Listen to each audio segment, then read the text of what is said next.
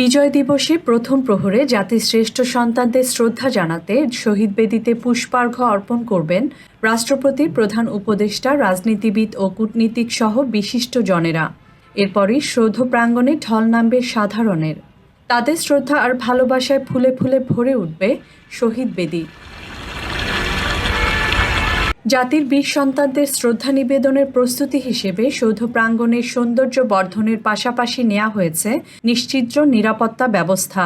গত 6 ডিসেম্বর থেকে শুরু হওয়া প্রস্তুতি চলবে 15 ডিসেম্বর পর্যন্ত। প্রস্তুতির অংশ হিসেবে পরিষ্কার পরিচ্ছন্নতা, ধোয়া মোছা, রং তুলির কাজসহ সৌন্দর্য বর্ধনে ব্যস্ত সময় পার করছেন শ্রমিকরা।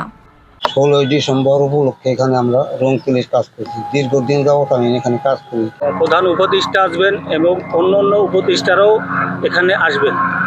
ফুলের অর্পণ করবেন, ফুলের পুষ্প অর্পণ করবেন। এখানে আইসে তারা দেখবে এবং সৌন্দর্য যাতে করা যায় সেই চেষ্টা আমরা করছি। আমরা বিভিন্ন ধরনের ফুল, এখন শীতকালীন ফুল যেমন গেন্দা, সেলভিয়া, ডান্টাস, সেলেসিয়া, বিভিন্ন প্রকারের ফুল আমরা লাগাইতেছি। আমি বিজয় দিবসে 1980 থেকে এই জায়গায় কাজ করি, এখনও করছি। যখন প্রত্যেক বছরে বিজয় দিবস, 26শে মার্চ, অন্যান্য সময় এই ফলকগুলো আমি দেখি, আগেও লিখি, এখনও লিখতেছি, পরবর্তীতে যদি বাঁচি তও আমি দেখবো। সৌধ প্রাঙ্গণের প্রধান ফটক থেকে শহীদ বেদি পর্যন্ত লাল ইটের হেরিবনগুলো সাদা রঙের আভায় পবিত্র করে তোলা হয়েছে।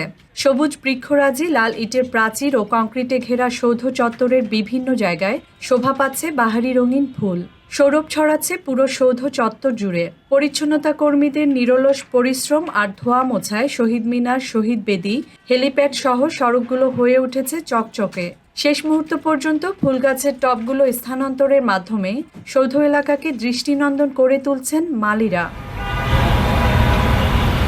16 ডিসেম্বর মহান বিজয় দিবস উপলক্ষে রাষ্ট্রপতি, প্রধান উপদেষ্টা মণ্ডলী, বিদেশি কূটনীতিক সহ লাখ লাখ মানুষ সাভারের জাতীয় স্মৃতিসৌধে বীর শহীদদের সম্মানে পুষ্পস্তবক অর্পণ করবেন।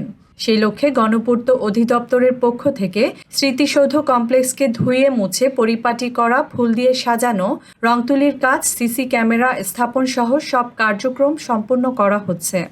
মাননীয় প্রধান উপদেষ্টা, মাননীয় উপদেষ্টা মণ্ডলী সহ লক্ষ লক্ষ জনতা সাভার জাতীয় স্মৃতিসৌধে শ্রদ্ধা নিবেদন করবে।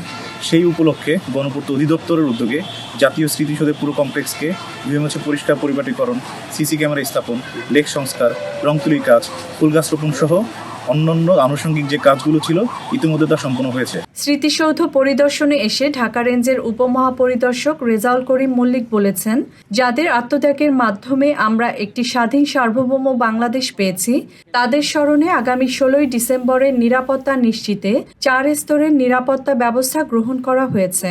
আমিনবাজার থেকে শুরু করে স্মৃতিসৌধ পর্যন্ত ট্রাফিক ব্যবস্থাপনা সহ সব ধরনের প্রস্তুতি নেওয়া হয়েছে।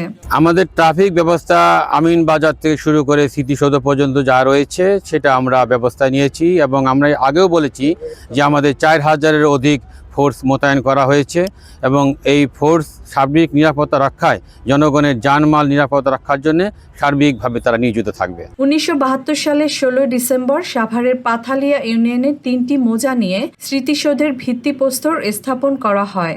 1988 সালে সম্পন্ন হয় জাতীয় স্মৃতিসৌধের নির্মাণ কাজ। ত্রিভুজাকৃতির 7টি মিনারের সর্বোচ্চ উচ্চতা 150 ফুট, যা আমাদের স্বাধীনতার স্মৃতি বহন করে। ডেস্ক রিপোর্ট, নয়া শতাব্দী।